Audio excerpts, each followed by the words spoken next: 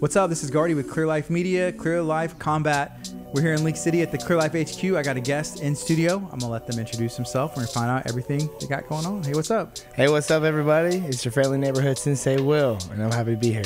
Yes. So, Will, you got a lot going on. I've been to your gym before. What's the name of it? If someone hasn't heard of it, and then how can they find you?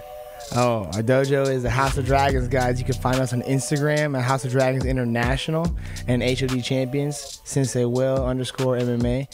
So, guys, come check us out. We're in Houston, the north side. The north side. Yeah, I talked to a lot of people, and there's a lot of really good gyms on the north side over there. And some of them are close together. Some of them are specialized, but there's a lot of cross-training, and it seems like a good community. Would you agree with that? Yeah, I would agree. I would agree that the Houston fight community in general is a good fight community. You know, we are competitive with each other. We do have a lot of pride, and the gyms do go to war, but ultimately we stand together as a Houston, as a city, and you know, when push comes to shove, we help each other out, and I like that a lot about Houston gyms. How long has House of Dragons been a thing? How long have y'all been around? Well, we've been around since 2020. We opened up right in the heat of the pandemic. Everyone said I was nuts and I was crazy for opening up a gym when all the gyms were getting closed down and all that wild stuff was happening. But that's what happened. We opened up in 2020, and we're creeping up 5 years when we hit 2025. Mm-hmm. Y'all got some big plans? Gonna maybe do some celebrations or? Yeah, well, you know, we're probably gonna do a HOD party, a dojo party, birthday party for the 5 years. Right now, we're in a huge expansion. We're actually just went through a week of construction, and I just got back last night from Dallas to pick up even more mats. I want to do a big seminar. We're kind of known for putting on really big shows, events, seminars, and I have some names and that we're working on for that big event. But right now, all we have focuses on our Halloween Spooktacular on the 19th. It's coming up. So it's a big free community event kind of showcasing our new expansion and the fight shop merch and our after school program that we're doing now. So that's what we have coming up at the dojo. Y'all do have really cool merch. Y'all do, right? Yeah, I like to think so. Yeah. You know, a lot of people are asking me from all over the world, you know, how to buy. So now this year, what we're trying to do is we're revamping our website and our online e-store, e-commerce. We have our fight shop that we now people can come in Houston, come buy our stuff. I just got my gloves last night, so they're pretty sick. I should have actually brought them for the show, but I'm very happy about them. Mm-hmm. I had the chance. I had Marco. Oh yeah, your brother had Angel.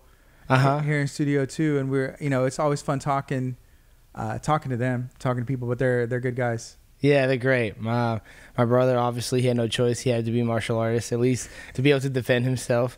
That's where this all started. I just needed to make sure he could handle his own on the street. But then he really took a passion. He developed a passion for it and really just went for it, went all the way, and he just got the Elevate MMA amateur belt.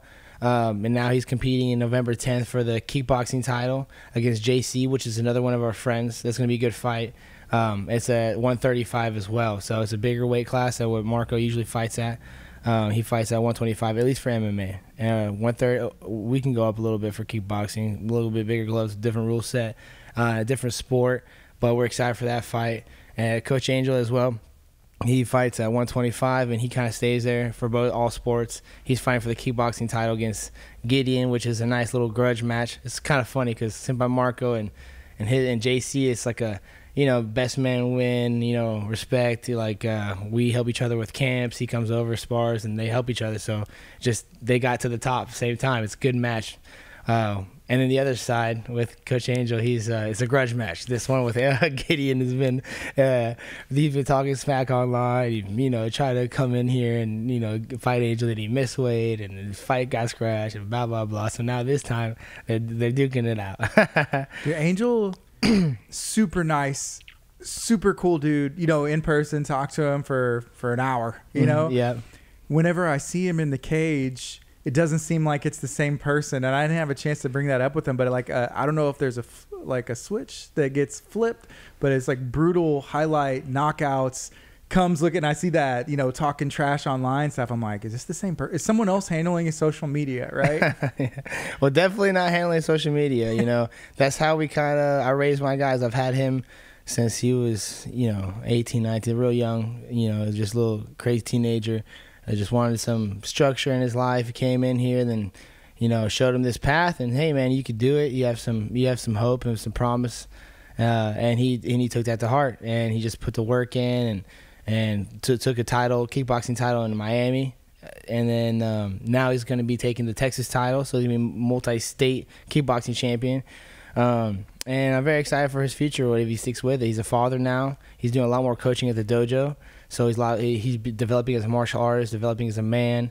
And like you said, that's something that we developed, that switch. That's what I think it would be. What's the difference between you and other coaches, your gym versus other gyms, is our mentality. That's what I focus on my guys. I focus on their character. I focus on their mindset. I focus on their goals, their life, not just the fighting. Fighting is a physical manifestation of what we go through in life.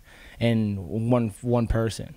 That person is the representation of what you're going through, not just in this camp, but in life.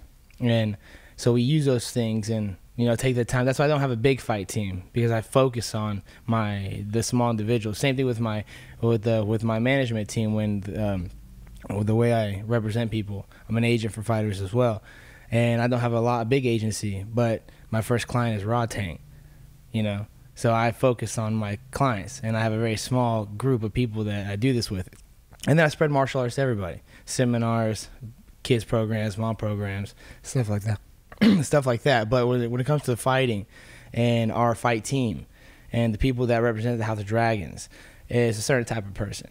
Because, like you said, we're friendly, we're family, but we're vicious, and we're very dangerous. And that's who we are.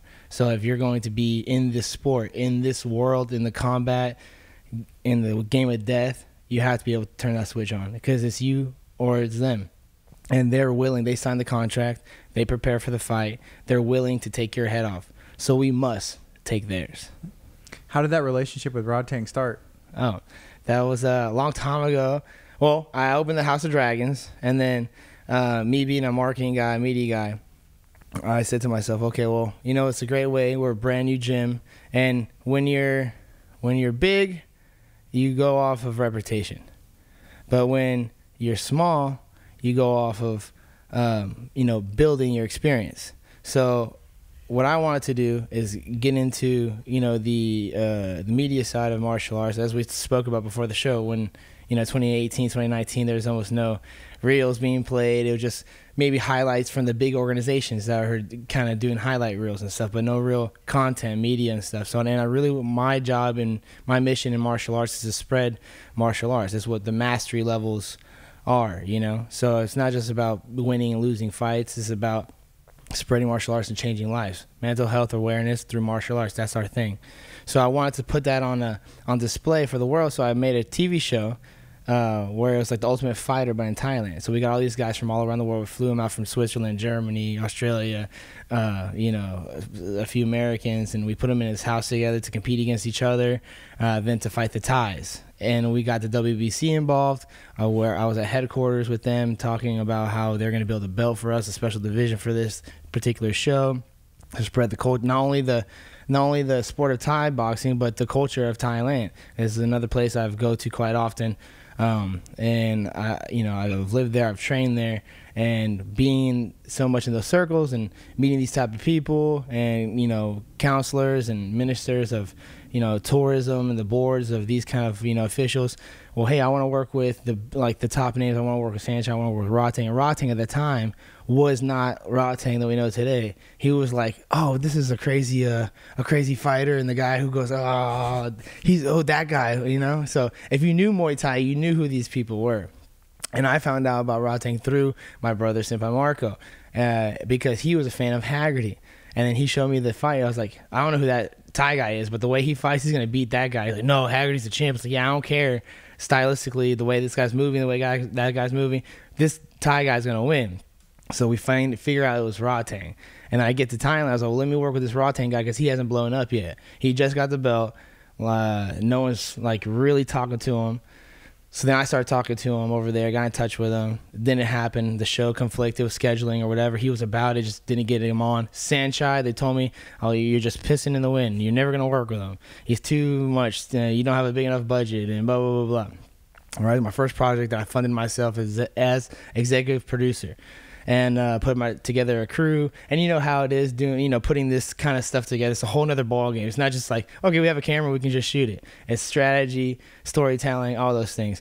So we got through 90% of the film or the TV show, and then COVID, they came out with the next variant or whatever, and they shut down the borders of the city of Bangkok. So we were supposed to travel out to the other cities and stuff for the Mortal Kombat, the temples and the kickboxer type of places that we all had the okay to film and everything, and then bow, got shut down. So I flew back home before I got stuck out there, and I just met a lot of people who got stuck out there for like a year, 2 years because of that. So I just came home quick. The project got shut down.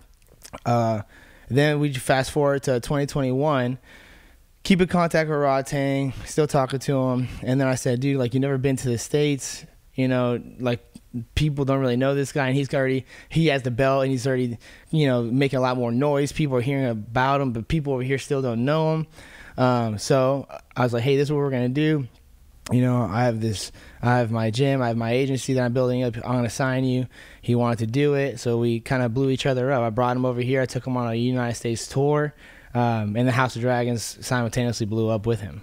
And we got him at about 215,000 followers at the time. Now he's 2.2 mil, So, and that was just, all strategy to help him build his content. And then, we are the ones who powered that. Got to meet a lot of people along the way. And then YoCal reaches out to me. Sensei reaches out to me about bringing him to the States. So the first 2 times he came here, we had him both times promoting the YoCal tour around the United States. Now he's coming back. Again in November, he'll be here again, and I'll be helping promote that as well.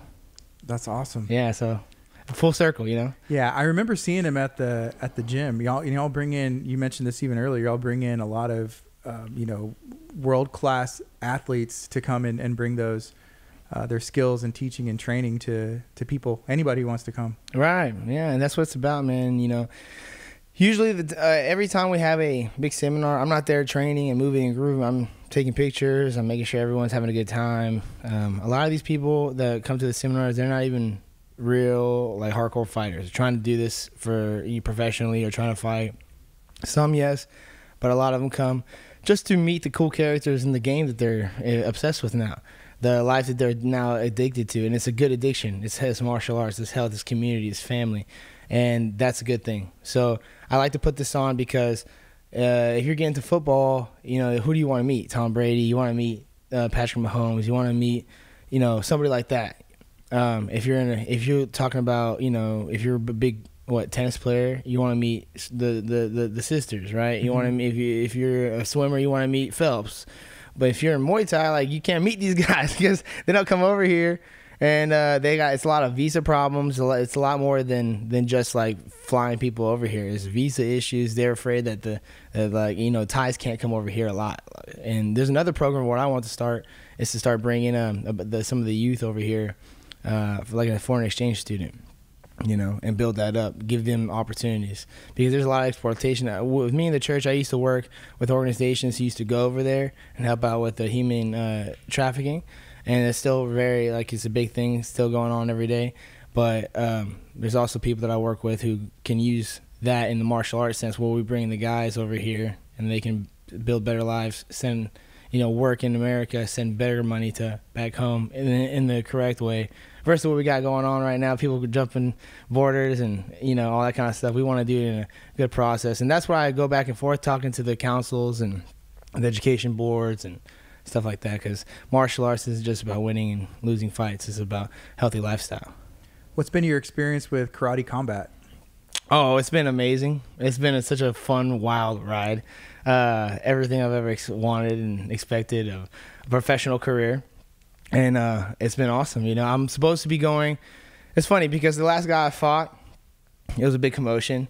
That went viral. Yeah, it was pretty viral everywhere. Yeah, it was awesome. It was really, really cool. The fight was exciting. I got out Easter Sunday. I knew that this is a guy that they're going to be pushing and pumping out. Rightfully so. He's an exciting fighter, up and comer. He's represented by the Pettis Showtime team. So it was going to be a good match. He's an up and comer. I'm the vet. I'm a dog. He's the highlight guy. We'll see what happens. Those fireworks. And then the whole fiasco afterwards happens. So if somebody hasn't seen that, first of all, where can they go watch it? And then second, kind of walk me through, I guess, what happened from your perspective. From what? From the whole fight or from that moment? Both.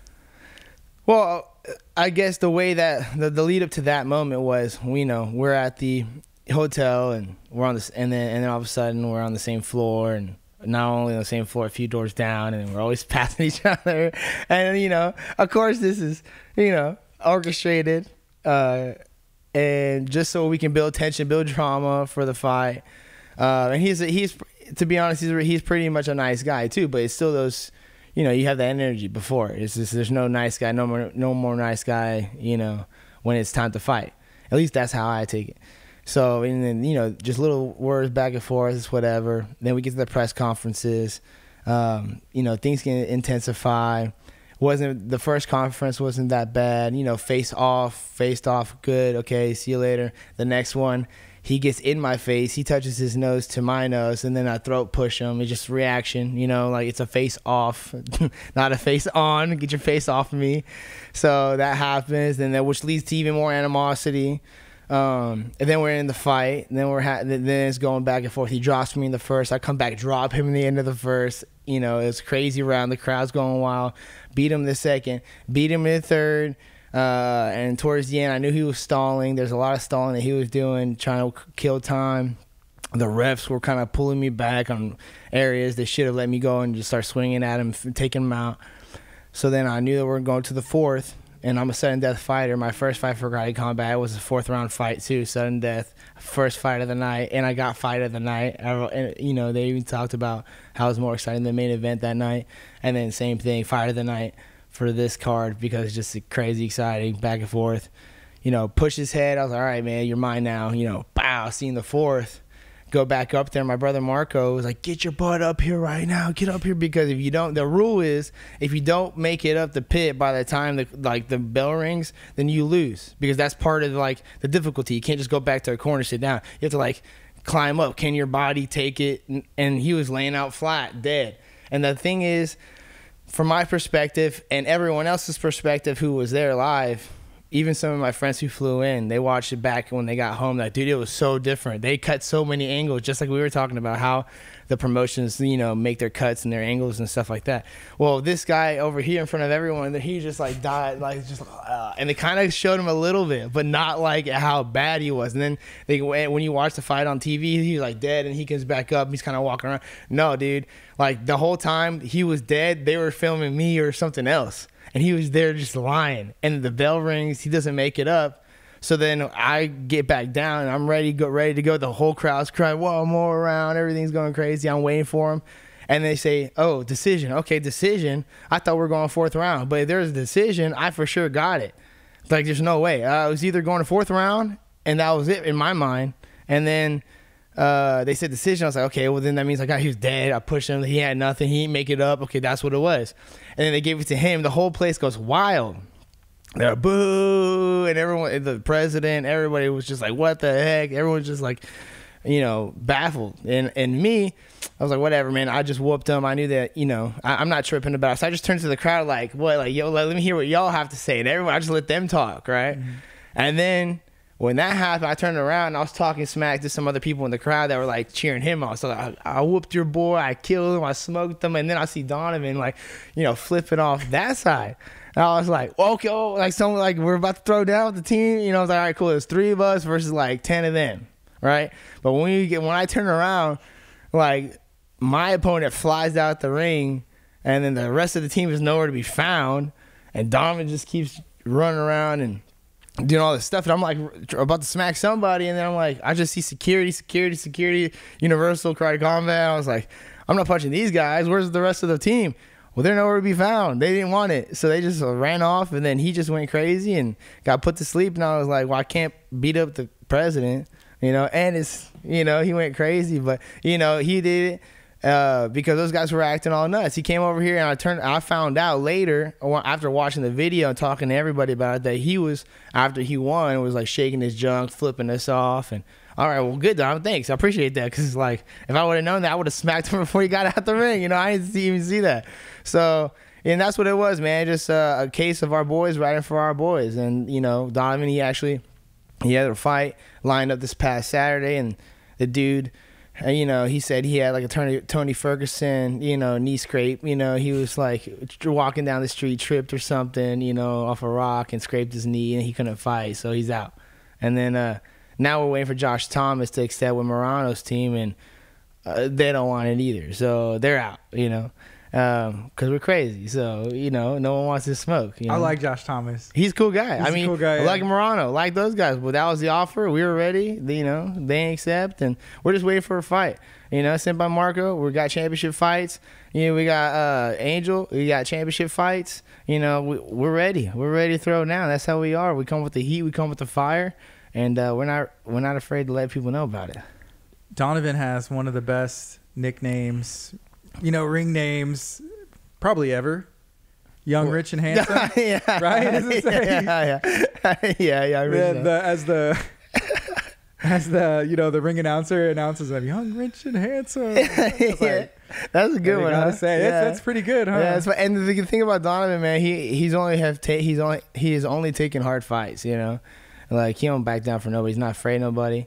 You know, and that's also why he was a good sparring partner for me. You know, he's one of those kind of guys in the gym that's like, oh man, like don't come on this day because for the beginners, you know, like don't let us spar with him. He goes hard sometimes, you know. Yeah. And then my guys with the Coach Angel and Sensei Marco, hey, you're getting with Donovan today, you know, like get some good rounds in there, you know. And that's another thing. He's young, he's hungry, and for me, that I was getting ready for karate combat, all striking, you know, me and Donovan, when we train and we can go hard, HS, no hard feelings. And he's actually another reason, like, you know, him and I, we were going hard one day, and then this is before I got to karate combat. This is how I got led to karate combat, actually. I was going to go make my pro debut in Miami, and I had a fight lined up and everything. And we're going, pow, pow, pow, pow, pow, like going to war on a Wednesday morning. Just wake up, we'll fight each other, you know, ta, ta, ta, ta. And then all the hard rounds are finished. And then we get to the cool down round. We're just like A, B, C, move around, right? And then we clash heads, and then my eye gets cut open, so I can't fight there. And like on the cool down, right? After we survive all the hard stuff and all the hard kicks and punch to the face, like, you know, the cool down gets me. And then that's how I found karate combat. Got to karate combat in the process of like looking for a new match and fight and stuff. But that's what I'm saying. Like when we spar, we spar just about every day. But every day is like real technical, real light, fun, play, working on timing, technique.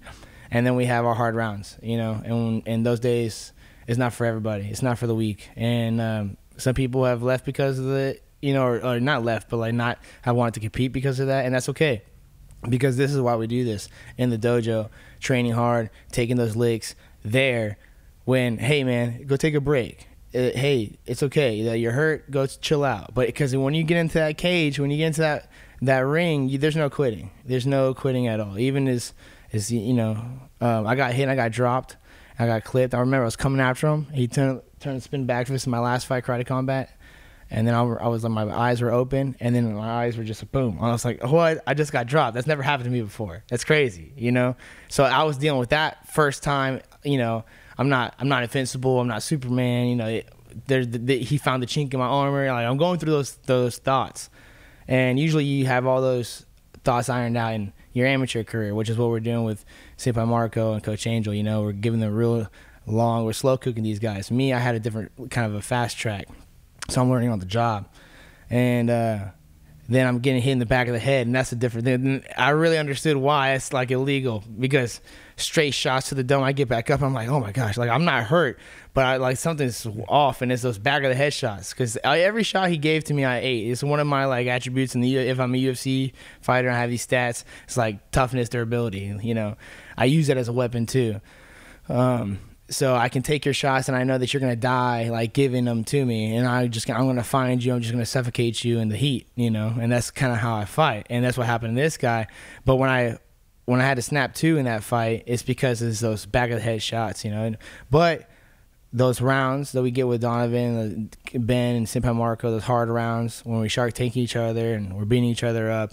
When you're in those moments in the fight, like, hey, I've been here before. And like, this is like what Sensei put me through. This is what we talked about. This is what we prepared for. We understand this moment. Now we're here, so just deal with it. And I also have to lead by example as well. So I don't just practice I practice what I preach. I'm not just barking at my guys. And anyone we've had since my fights, since this whole thing with karate combat happened, this viral, a lot of people have been coming to me for more management, more advice for content creation, coaching them, taking them to karate combat, getting them better fights, and just more intense training mindset wise. Because you can go train anywhere around here. I used to live here in Lake City, actually. I used to teach martial arts here, and I am very good friends with gyms and coaches all around the world. You can all the techniques are the same. You're gonna go do a seminar. You're gonna learn the same stuff your coach is teaching you, but the difference is the approach to it, how and why we do this. Not just why. Not just it's what to do. It's how to do. It's when to do, and that's what we teach. So. Yeah, and sometimes if it's a good fit, it's a good fit. Like, hey, this is my home. You walk in, and there's that camaraderie as well. 'Cause Right. it's like family, brotherhood. Yeah. So that's a big deal too. Yeah, as a family culture, man. I think that's what I really pride the House of Dragons on. Our dojo is our vibes. The kids say these days, there's good vibes in here. Like, oh man, like this place such a vibe. I mean, all the kids been saying that. Come in. I'm a big nerd in myself, so and I tell everyone that's be who you are. For me, I got in a lot of fights in school because I was always defending the nerds. They're reading comic books and they, people picking on them. Hey man, you messing with him, that means you're messing with me because I gave him that comic. What's up?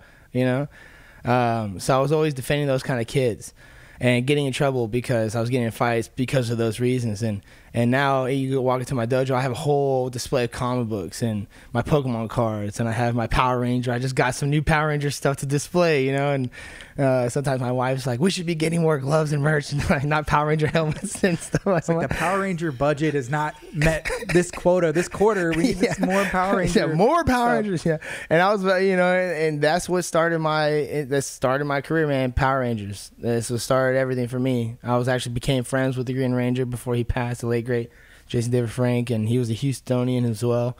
Houston kid, had multiple gyms, black belt, was a Power Ranger, went to did pro fighting, and like the life that I would have always wanted to have. And I've got all of it except that I'm not officially a Power Ranger, and I will be there one day when Netflix is coming back. So watch out for me. You might see me. Did you watch the movie that they did where it was like the Netflix one that, it came out like maybe a year ago or so? Oh, like once a Ranger, always a Ranger type of thing? Yeah. Of course I watched it. Yeah, I watched it too. Yeah. The storyline is sad.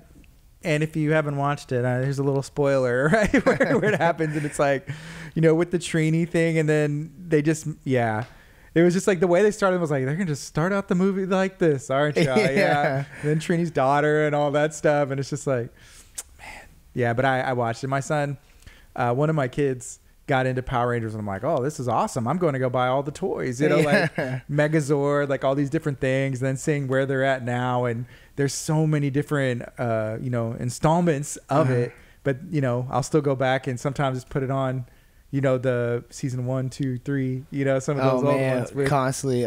My daughter, she's about to be 3, like next week. And she's the Pink Ranger and Papa Green Ranger. So I'm the Green Ranger. And then, Mama, she's the Yellow Ranger, and baby, he's my son Xander. He's like 1.5. He's a Red Ranger, of course. So, and then I just got these like big cardboard, like life size, like Rangers. They're just like this. Sick, yeah. And then I put them up in the dojo for the new spot, and Xander walks in and goes, "Sa, ya, ha," and his big thing is the stance. Like I always tell everyone, stance is so important, guys. We got to keep our stance. So his stance is just like Power Ranger all the time. He's always Power Ranger. Yeah. And anytime he sees like a broom or a stick or something, he's like trying to smack somebody with it. All Power Rangers, man. Yeah. Earlier you were talking about being in the cage and the difference between like hard sparring or sparring and being technical with it, of course, but you said there's no quit in the cage. And what immediately came to my mind was Marco, his last MMA fight with Marcelo Perez, being put in some positions where I was like, that's locked in. There was a couple things locked in. I was like, this dude's arm's about to break. He's going out. But there was absolutely no quit. And when I talked to him, I was like, you weren't going to tap. Where you're like, he was like, no, I was not going to. But I guess that's just been installed in him, or that's one of those things, you know. Do you know what I'm talking about, or what are your thoughts? Yeah, that's exactly what I'm telling you. Like my brother is someone who is like has started this because of his big brother, not because like I found this in myself, and like I kind of like brought him on. So for him, like there are multiple things, right? Big brother was there not watching, and I'm coaching, and we know these things, and he's looking at me like, I'm like, dude, you're not quitting, you know, you better not, you know. And that's been a big thing that we've worked on. You know, I've worked on that with him in his life. Just don't quit. Whatever you start, you finish. Win, lose, or draw. Like, you're just not going to give up. You're not going to tap. And as a brother, watching that, it's the hardest thing because I'm his coach. And, like, we're not quitting. Like, you know, throwing the towel. But my brother's side is I was about, like, I was looking around, you know, for, like, something to throw. You know, I almost jumped in there like, hey, enough, you know. He's my baby brother. It was very, very hard to, like, watch that because you're right. He put him in, like, a triangle. I'm like, man, okay. Like, if worst case, like, goes to sleep. It's just a little bit embarrassing. He wakes him up, okay? But then when you got him and then he won't put him in a choke, I was like, okay. Yeah, it was like a crucifix or something from the back. I don't know. Marcelo's a good wrestler. And I found out when I saw him, he wrestled in college, and I was like, good control. That was a great fight all around. I was impressed with that. Was a great fight. But no, he had him, and I was like, I mean, was it not as bad as it looked? He was like, no, it was as bad as it looked pretty much. Well, yeah. I mean, I was there. I was like, the only thing we could do is like wait for him to like, and then adjust. And that's exactly what I tell the guys. Like, hey, man, like you're in that bad situation. And like you're not out, but you know you can still fight in there. Because there's a point where you're like, okay, I could do this, but am I going to?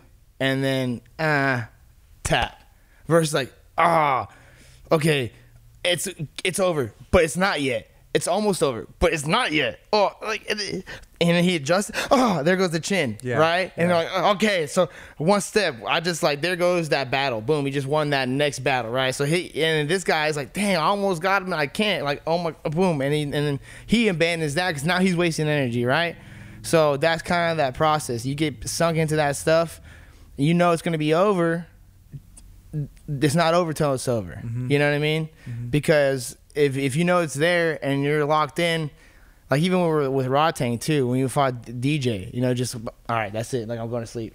You know, like I'm that's how it's going. I'm not tapping. We're not giving up. You know, and when I saw the armbar, when he flipped over the armbar, that for me, it's like that's your. I mean, forget this. This is like your career. This is you can get past this. It's this loss or whatever. You know, and that's what I'm thinking. I'm like, should I? You know, it's right there. And we worked it, man. We worked at escape. We worked at being calm under pressure. And you have to, as a coach as well, and as a big brother, you have to, and as a father, you have kids, right? Mm-hmm. Yeah. So as a father, you know, you have to let your students, your kids, your brother, figure it out and do their thing and keep calm and just have faith in the training, the process. And that's exactly what he had to do. He kind of had to calm it down. Okay, where am I at? This hurts, but he doesn't really have it. If he had it, and the arms were breaking, like, okay, like maybe, right? But obviously it was there, it was popping, and there was room to work because we don't quit. And look, he got out of it. You know what I mean? And that's in life too. I'm sure that you experienced that growing this business as Clear Life. You know, it looks like I never really looked at your logo till right now, but it looks like there's a tiger in there and there's a snake trying to suffocate it. Now I don't know where it comes from, but what we're talking about in this particular symbolism is there's a tiger wanting to grow something, wanting to attack, wanting to be somebody, and there's the life of the cobra always trying to suck you in and tap you out, but the tiger's going to fight. The tiger's going to give back. And that's a good little thing that we're talking about right now that I just came off on the top of my head. Mm-hmm. You know, not knowing what your symbolism or your meaning is. The dragon has a meaning behind it. But, like, looking at that, looking at Clear Life, thinking of this is how I would like to, you know, think of Clear Life. Is like they're fighters. You know, you guys built this up. You just showed me your trailer.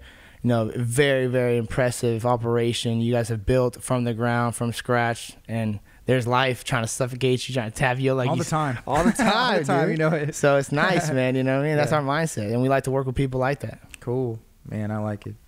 Something else I wanted to ask you about, because I know going back to karate combat for a second, you had said, well, there's the president, you know, he got Donovan and put him to sleep, which is crazy. But you're like, I can't punch him. I can't punch the karate combat. What, other than that, with the president, what do you think about him? What's been your experience with him, if you had any of those interactions? Man, he's a great guy. Even afterwards, even after the whole thing,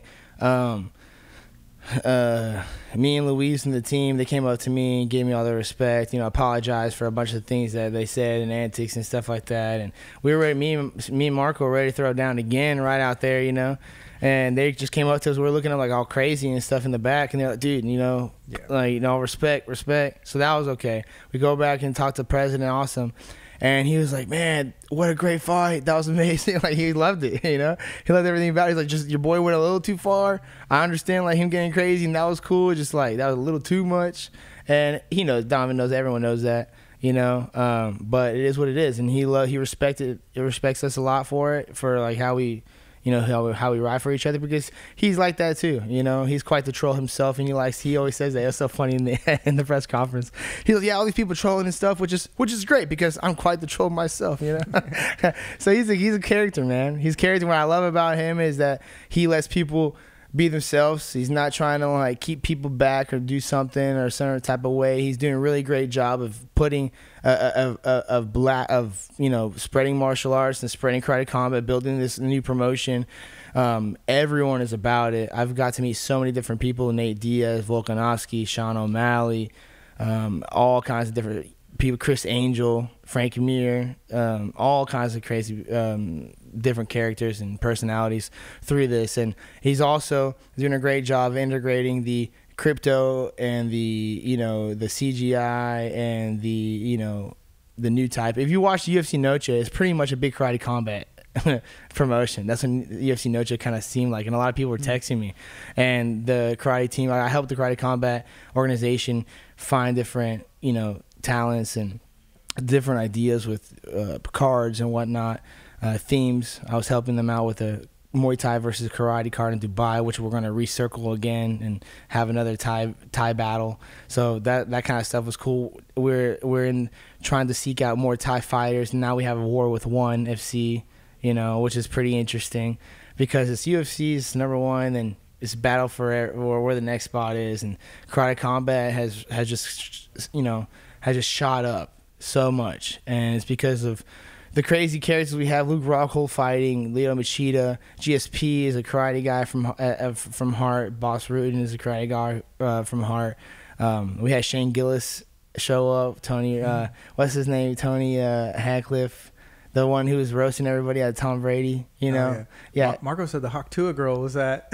Oh yeah, she was there with Kennedy, Robert Kennedy. Okay. Yeah. So her Hawk Tua and Robert Kennedy were at. Where else are these two going to meet up? It just makes sense, right? Yeah, I know. But and the other thing, and their production and their media, it's really well done. Yeah, top of the line, man. They're very strategic about it, it seems. Yeah. But Marco was saying there's not like 15,000, 20,000 people there, but they're very particular about who's there. Yeah. The right people are there. Right. Their social media followings are there. And I think that it's worked very well for them. Yeah, that's the thing. Like every other promotion, they're worried about the door, worried about like how many people are coming in, selling tickets and all that.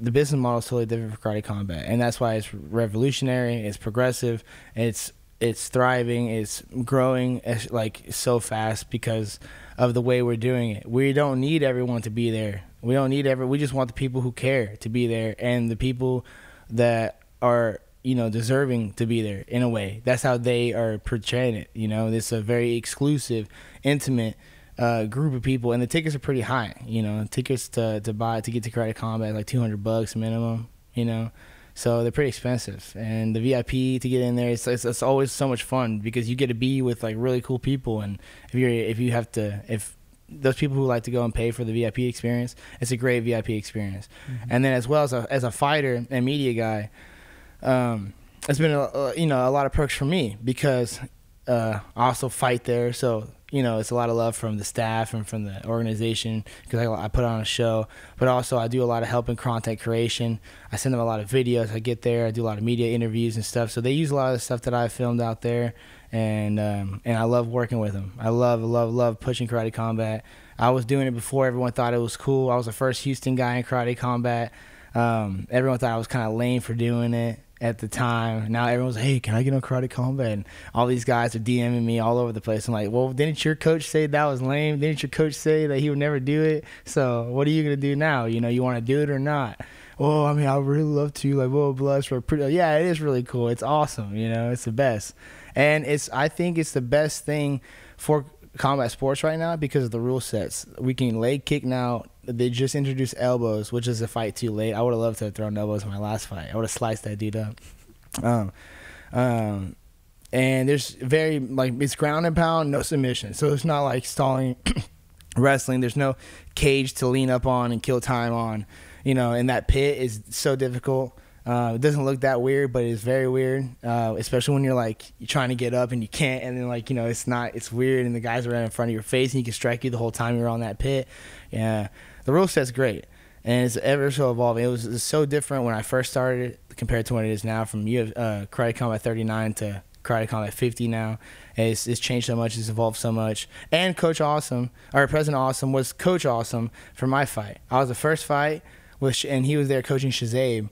And that night, a brawl broke out in the crowd from Goat Shed and Coach Awesome's people. So when all that stuff happened with us, it's like he's like, oh, he's one of us, So he welcomed it with open arms. Not that not that we should be fighting out in the pit and stuff, but he likes that kind of craziness. He embraces the chaos, and that's what's cool about him, And like Dana White, stuff like this happens, like Sean Strickland versus DDP in the crowd and stuff. And Dana's like, gosh, I didn't want that to happen.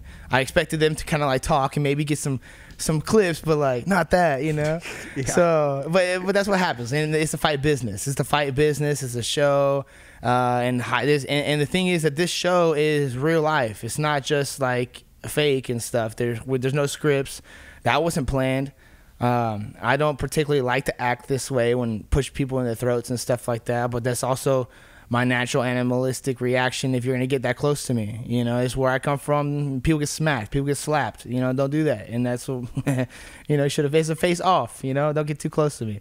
So now everyone knows. The world knows. That's what happens to you. You do that to me. You face off with me, you know what's up. And it's going to happen every single time, you know? I even legally, if that happens anywhere, somebody touches you, that's all it really generally takes. That's it, man. It's like, hey, self-defense. Yeah, exactly. And that's what you're training for, and you're prepared for it. That's a big part of why people train. It's the mental health aspect, staying in shape. It's fun, camaraderie, and you know how to handle yourself if you need to. Right. And yeah, of course, and after the fight, all love. And guess what? Luis Melendez, he's about to, shout out to him, because he's about to fight this week at Karate Combat.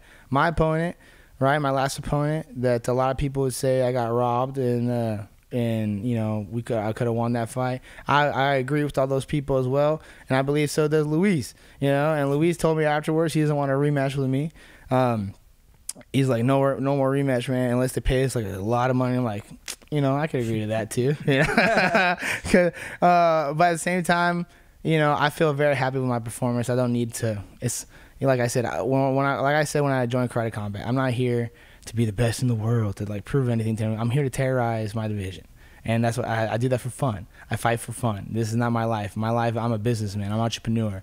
I'm a father and a martial artist. I fight because that's my pleasure. That's what I like to do. And I got a bunch of guys who want to do this, so this is how you do it, and at the highest level. So Luis called me up and said, hey, man, I want you to help me represent me, help me build my personal brand, my fight brand. So I was like, okay, well, he had a tour with Puerto Rico. He went back home after our fight. He was on a bunch of podcasts. He did a lot of TV shows, and he had a lot of opportunities to spread his name, and he did a few seminars over there, gained some fans. He came back, called me again, and said, hey, man, I like to progress and move forward with this thing. So we talked it out, and we're gonna start representing. He's gonna start representing us as a part of our fight team. One of the other guys who's not our homegrown. I have one guy in the UK. He's about to make his one debut in November. He's going to Thailand. He's been a fighter. He was on my show, the one I talked to you about, how I met Rod Tang. He was one of the guys I got there. He's the captain of my team, and things never really panned out that way. But full circle, now he's about to get to 1FC, so he's a dragon in the UK. Now we got Luis. That he's kind of funny how that worked out. Yeah, that's cool. Goku Piccolo style. After the tournament, they become friends and team up. Rocky Apollo, he asked me to corner him. I was gonna go and corner him this week, but I have a conference I'm leaving to tomorrow morning, so I won't be able to make the fight. But the next one, for sure, I'm going to be cornering him in the next one, helping him prepare for his next fight. And along the way, helping him build his brand as a new House of Dragon fighter. So that's what we got going on. And a lot of people thought that, oh, man, that's like thug behavior and that's not, how we do things and blah, blah, blah. And all these old heads and stuff are all mad about it. But look at the relationship it built and it came through. It's about how you handle the things that happened to you, right? And how he handled it was like a gentleman, and same way afterwards. And now we're teaming up and helping each other. And I think that's the beauty of martial arts, not so much the fight world, but that's the beauty of martial arts. He's a true martial artist, and as am I. We can come to this place where I see that he can become a potential champion, and I don't care to stand in the way of those things. And if he becomes champion, I'm champion. Yeah. So and more power to him, man. I got a dojo. I got a bunch of things that I'm focusing on my whole fight team right now, getting them into karate combat. All the guys who are watching here who will see this podcast, if you guys want opportunities, you guys come reach out to me. That's what I'm doing now. And a lot of people are asking me about fights and sending me options and stuff like that. And fighting is fun for me, but also I want a good fight. I want to. It's got to be something exciting, man. The way for me to fight somebody, it's got to be like a lot of money or a big name, somebody fun, somebody exciting, someone who can either tear me to pieces, or think they can, someone that like, ooh, he's scaring me to fight you. Mm-hmm. That's the only way I like to fight these guys. And Luis, I watched him fight in his debut in Miami at the Kickback when we had Rick Ross over there for Karate Combat event. I took my brother Marco. It was his birthday, so I took him out to that party. Very exclusive party. The Island Boys were there. That was pretty funny. I got to meet them. They're cool in person too. Like they are what you think they are, and then they're actually kind of cool. They're not as like cringe in person. At least, they seem cool. It's just whenever people get disrespectful, they start like pressing them or whatever, then they act out. But other than that, it seems like they'd be like, hey, what's up? Just chill. They're very cool, yeah. And they're asking to take pictures with us and stuff because we're like the fighters. Bradley Martin was at that one too. Oh, yeah. 260. Yeah. So I go up to him. I was like, hey. He's like, what's up? Like, you think you can beat me in a fight? He's like, I'm like, just playing, bro. I'm a fan of you, and it's so cool. I got to meet Michael Herner. He's a good friend now. I've seen him at all the events. And then there you have Logan Chadwick. He's another one of the big, he's the guy who does the Yujiro from Baki. So he's pretty cool. All these big bodybuilders and cosplayers and stuff. It's a lot of fun. But yeah, man, so I saw Luis fight at the Rick Ross one. And then something struck me, like when I watched him, like, I don't know what it is. It's like one of those God things, like, boom, like you're fighting that guy. Mm-hmm. And I was like, oh, man, like I'm fighting this guy. Like I could see it. He's my size. He's exciting. He's got like a lot of hype behind him. I went to go take a picture with him after. There's a picture on my phone of us like this, right? And then all of a sudden we get matched up. I was like, I knew it. So as much as like I had going on at that time, when they gave me the fight, it was Easter Sunday when they said, hey, you versus Luis Melendez, and we're supposed to fight in the Austin card, because I was gonna fight Dubai, and then I was like, no, I'll pass up on Dubai because Raymond Daniels told me that they're gonna fight in Austin. So I was like, all right, I'll just do it in Austin, and everyone will come out. Everyone will come drive out. Joe Rogan's gonna be there, like all this kind of people are gonna be there. So all my team can make it, all the kids can make it, and then things gonna happen. Contracts, whatever, and then so instead of that was even with Luis, it was just another fight. And then they say Easter, okay, let's do Luis Melendez. I was like, all right, fine, bet, let's go. I mean, this is a cool fight because it was that fight. Who's that guy? Who's the next? Like they're gonna take that next big step, right? And it was that kind of a fight. Okay, that's fun. And he's big, he's strong, he's explosive. If he catches me, he could kill me. You know, and he almost did in the first round. He just spin back his pow. You know, all the things I thought happened, and I just had to fight through that. So when I saw him, you know, I knew I was gonna fight him, and then we get the matchup. Okay, let's run it.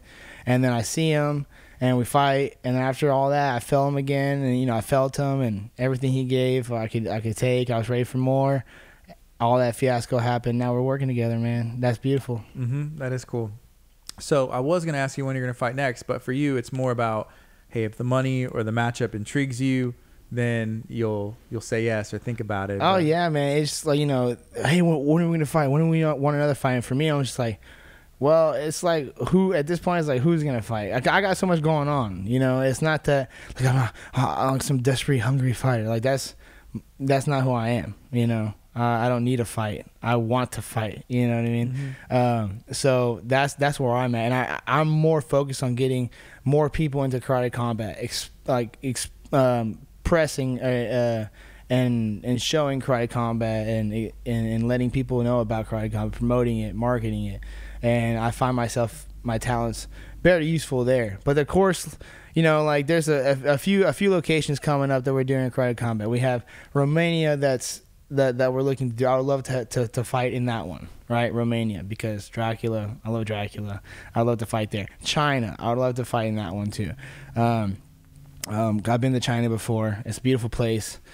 Bruce Lee, Jet Li, Jackie Chan, Orange Chicken, you know, all that stuff. You know, Orange Chicken is actually made from Panda Express. Really? Yeah, it's not even Chinese. Orange Chicken's American. Yeah. But yeah. So over there, I would love to fight in that place. They're coming back to Miami again. You know, like unless it's a good match, unless it's a fun time, a good pay, then I'll fight in Miami. But otherwise, I'd rather, you know, pass up on these. And who's that guy? I'll fight in some cool place. You know what I mean? It's an experience for sure. Yeah, because I like to travel, and I've traveled all around the world. That's what I did in my 20s, basically. Before I opened House of Dragons, I was Batman. So traveling everywhere, training martial arts, and then trying to fight, but just didn't work out for me, you know. What does the dragon mean? I know that's the symbol. Batman has his bat. You have the dragon, or what does it mean to you? Well, the dragon is rare, right? The dragon doesn't come very, you know, it's not a very common thing. A dragon is one that is comes from a very weak animal. It comes from the koi fish. So the koi fish has to swim up the waterfall, and if it makes it through all the hard rushing waters and the rocks and everything pouring on it, if it makes it to the top, it meets its destiny, it becomes a dragon. And that's how I kind of have seen my martial art career, is that I've always swimming up, not only upstream, but up a water fountain. That's how I view my martial art career and a lot of my life.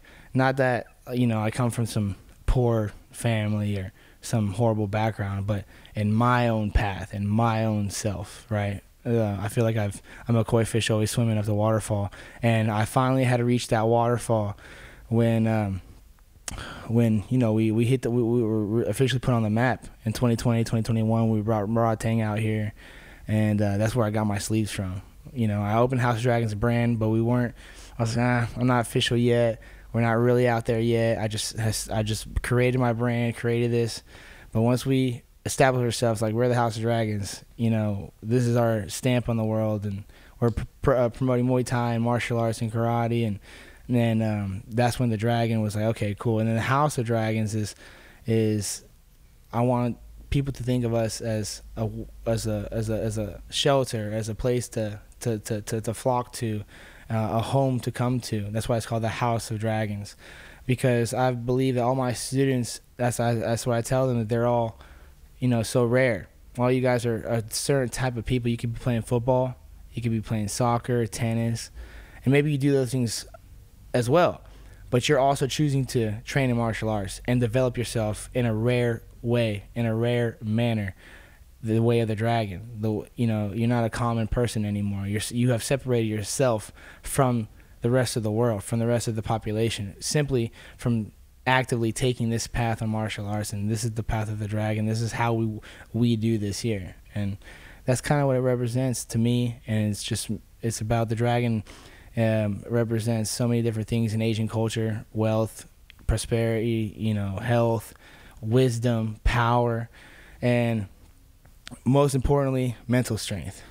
That's the number one thing that a dragon to me symbolizes and shows is the strength of the mind. Because the koi fish has to have a strong mind and will and grit to get up to the water fountain to become who he is and who he's supposed to become, which is the dragon. And once you become that dragon, now it's about honing in yourself, knowing yourself even further, and deepening that relationship with you and your creator, and the ability to, pursue your destiny. So that's what that means to me.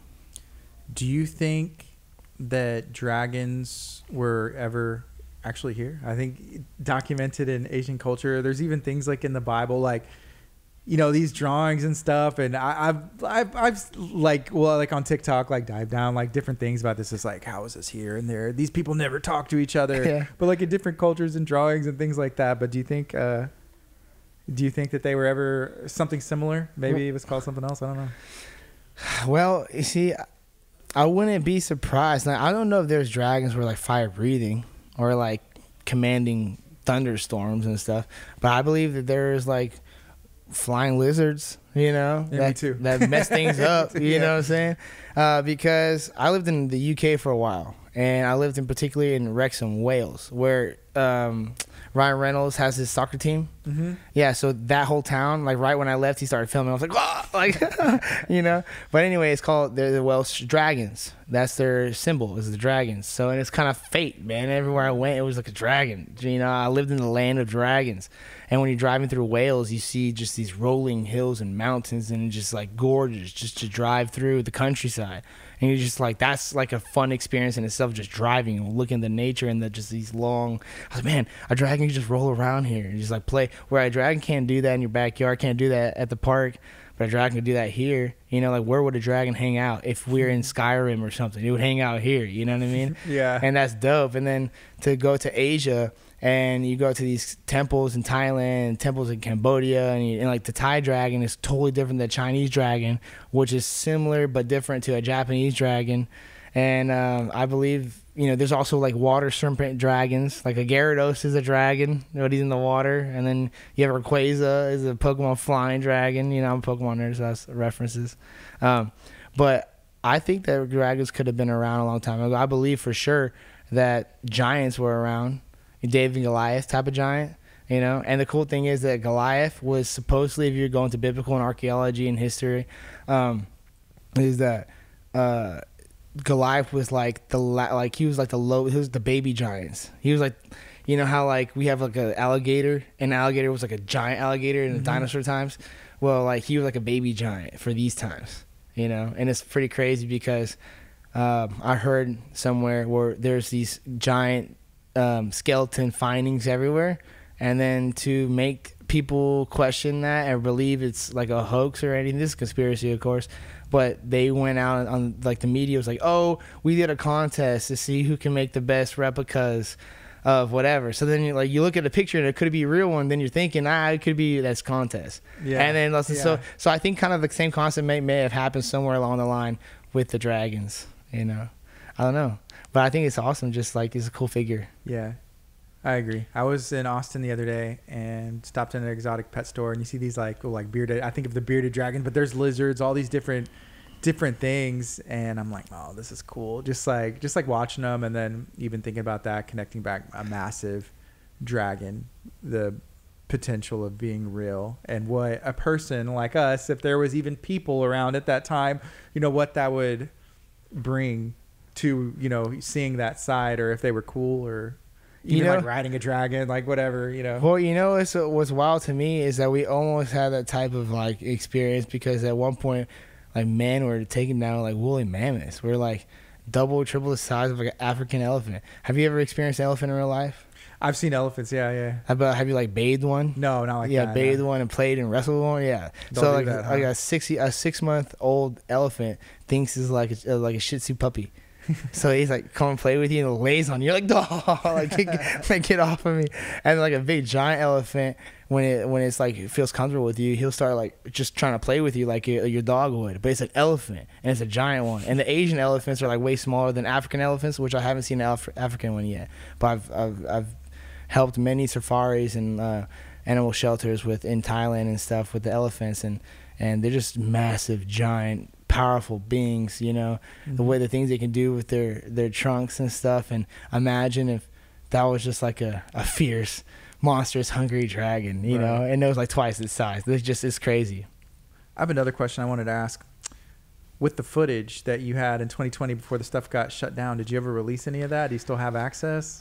Dude, it was like the biggest like, it was nasty. The fallout between the partners. It was a 3-way partnership, which is why I don't do a lot of things with anybody else ever anymore. I always do everything myself, or, you know, all in-house things, because he had all the footage. He was like, if we were to team up, you guys would have all, you know, you guys would be the production team. I'll be putting everything together. If this guy's right? Well, his group was to have all the footage, and he just kept all the footage. Yeah, never released any of it. No, because, you know, there'd be problems between both sides, and like it's either, hey, how about we just come together and like make something out of what we got? Like, no, like F you. And I was like, okay, dude. So like, yeah, like everyone just like, we're gonna let this just that's it, because we can really make a documentary about like making a documentary. Yeah, every 6 months, like, hey, you know, it is what it is. What's up? Yeah, like, you know, like I say, man, there's a lot that we got on film and footage that we could have done with, and you know, that project's out of here. And a lot of people have asked me to do it again, just the right way. You know, every time I post about it and talk about it, dude, try it again. Still hasn't been done. And I'm just too busy right now. But I am right now working on talking about media and stuff. This is like a passion project that's like was in the front priorities, put it back on the burner. But because I think you guys would appreciate this being a media company, I want to start my reality show, which is going to be featured with Boss Rudin, and he's already, you know, he's in. So that's pretty cool. We're going to travel, do some fight stuff. Cool. You know what I mean? Kind of like Mortal Kombat type of thing, travel show. Anthony Bourdain meets whooping everyone's ass type of thing. So that's what I like, man. There's a few and that channel, that show, I had Netflix, Hulu, Discovery Channel, I had Spike, who else?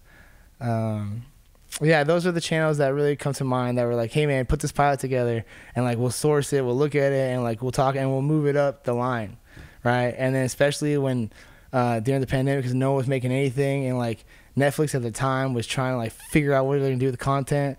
So I was talking to the Netflix, and it was gonna be put into Mexico Netflix first, and then it's gonna go to Asia Netflix, and then bring it over here to the States. That's so cool. Yeah, it was gonna happen. So yeah, so we're trying after we get the expansion finished, I got my guys go through these fights, and we're gonna go back to revisiting that pretty soon.